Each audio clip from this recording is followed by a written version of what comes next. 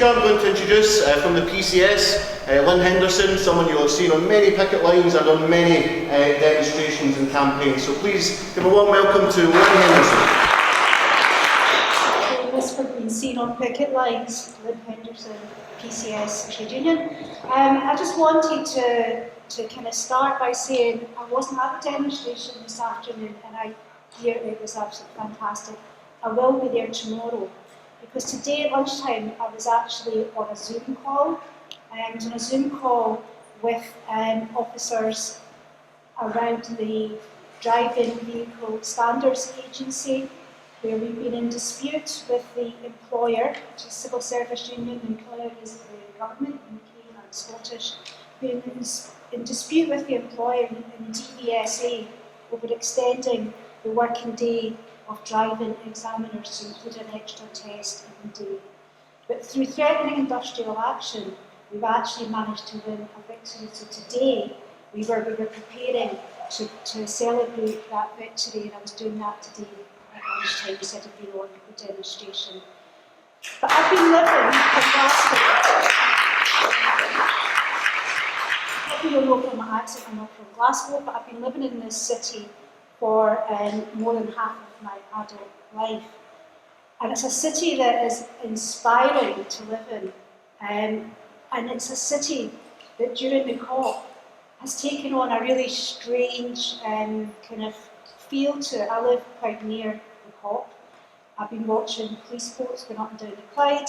I've been watching helicopters over my head. I've been barricaded into my community. There've been demonstrations up and down my street. And I've been also watching delegates arriving from around the world. I've been watching the corporates, but I've been seeing the people from the NGOs from the global south come in and being excited to be here and really hoping for change. And I think it's really interesting that the COP is taking place on the site of what was the industrial Glasgow, on the sites of where shipbuilding was. Where I live is a site, where I live is a site that was the locomotive engineering works, where 10,000 Glaswegians worked back in the day to build engines to sail on the Clyde around the world and run the trains around the world.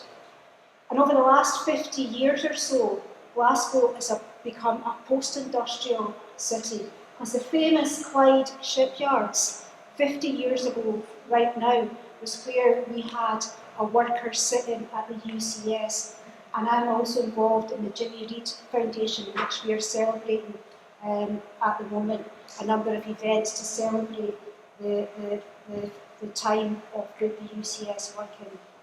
We're also a city where the poverty gap hasn't got any better over time and over different governments and since devolution, whether it's been Labour, SNP or Labour, Lib Dem, that we have a life expectancy in this city that is not becoming of a first world nation. And there's a lot to do for domestic governments and global governments to begin to address these things in our city and around the world. I also just wanted to say, when I came in the room, I said I saw Francis Curran, and I said I can't remember the last time I was in the QM, which for people that aren't from Glasgow was one of the sites of student activism, but also lots of gigs and so on. When I was a student at Glasgow University, unfortunately I was 30 and pregnant, so I wasn't in here very often. I was in the library quite a lot. But the first time I was in here, I was 15. And I was in here because I was a member of the Leith Peace Group, which is part of Scottish CND. And I was on my way from Leith to Faslane to take part in an early morning round around the base. And we stayed overnight, we slept in here, which wasn't that pleasant. I was only 15 and the bar was open. And I think, why did my parents let me come? Why did they let me come? Because they saw CND as something that my geography teacher was part of, and it was kind of like a school trip. And I'm really glad they let me come, because I've been lifelong, therefore committed to the anti-nuclear cause, and Faslane is just a few miles down the road from the COP as well. But anyway, turning my attention to the climate crisis, climate action, strike action, there's a few things that I think others have said, and I think I need to just restate that what we mean by a just transition.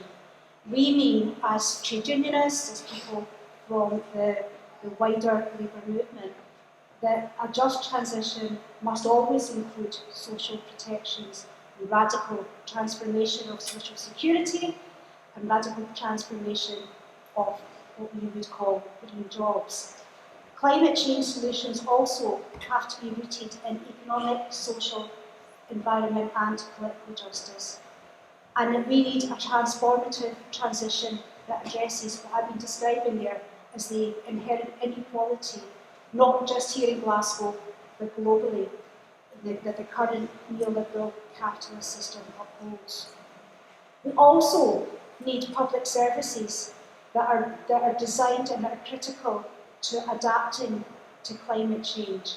And in my union, as a public sector union, we demand a fully resourced civil service and an end to all outsourcing and privatisation as part of that package. We also need a pro-public goods approach, and that's one that brings energy, transport, water, etc. under public ownership and democratic control. And there can never be climate justice without worker justice. Whether it's the bin workers in Glasgow at the moment striking for decent pay, whether it's my members in the DVLA in Swansea who are disputing over COVID safety in the workplace, or whether it's outsourced toilet attendants in the Royal Parks in London who are striking for union recognition and were on strike all through October, or whether it's the workers in the Scottish Government who are demanding a 4-day working week, because it is possible to do here in Scotland, or whether it's workers around the world involved in their struggles. So just a little bit about my union and its involvement in climate action. PCS has had a long and proud record of supporting action on the environment and climate change. Our first motion passed at a conference on this was back in 2006. In 2019, our national executive declared a climate emergency on behalf of our members. And it wasn't just a token gesture. That has been put into a real call to employers with real demands to negotiate sustainable workplaces and working practices to tackle the climate emergency. PCS also has supported the 1 Million Jobs campaign. And PCS has always been clear that you can't address climate change just by talking about science, that the social and economic are as important in environmental justice and as is political justice. So therefore we need to be more than talking about energy transition, renewable energy, about decarbonising the economy. And some of the chatter I've heard from delegates walking around my neighbourhood at the moment is all about the corporates. It's all about the corporates. So about corporate solutions. We need to do a lot more than that. We need to transform the inequality and end precarious work, fire and rehire, outsourcing, pay cuts and privatisation in public services. And we need to ensure that climate solutions are also ones that are about equality of people from all characteristics in our society. And if we're building back, it needs to be public. Strong public services, I think, are vital to addressing climate change in every way that we can. So there's a lot of discussion around the COP about market mechanisms and technological fixes. They won't themselves address the action that's needed, as I said, as a public solution is required. The UK government's net zero carbon strategy last week mentions just transition once, and it mentions trade unions only 4 times, and only there where they're already in established relationships. The Billions Committee to Trident Renewal, the biggest increase in military spending in 70 years. And decarbonising the economy will impact on everyone to a lesser degree, and how we work and how we travel and how we live. My union has a pamphlet that has 10 demands for the COP, and I'm not going to go through every one of those in detail. I'll just give you the headlines of them. 1 is workers' involvement. 2 is statutory rights for workplace green reps, which we do have in some of the government sectors, but not everywhere. Energy democracy, and that's about public ownership, as I said, of the energy sector. The creation of a national climate service, an adequately resourced tax collection system that puts tax avoidance and evasion at its heart, and a just transition commission UK-wide, not just here in Scotland. Support also for calls like those of the Scottish Government workers who are calling for a 4-day working week and an insourcing of all outsourced workers on government contracts. We want to strengthen the health and safety provisions to enable workers to take on the climate challenge in their workplace, including being able to walk out of the job when it's not safe or not appropriate. And finally, a repeal of all anti-trade union laws. Just a wee challenge here, but at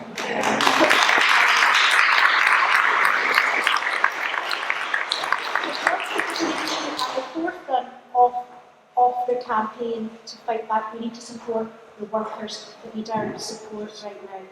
So we, as a public sector trade union, are asking you to stand with us and make these demands on this government and all governments, and that way we'll get climate justice and workers' justice too.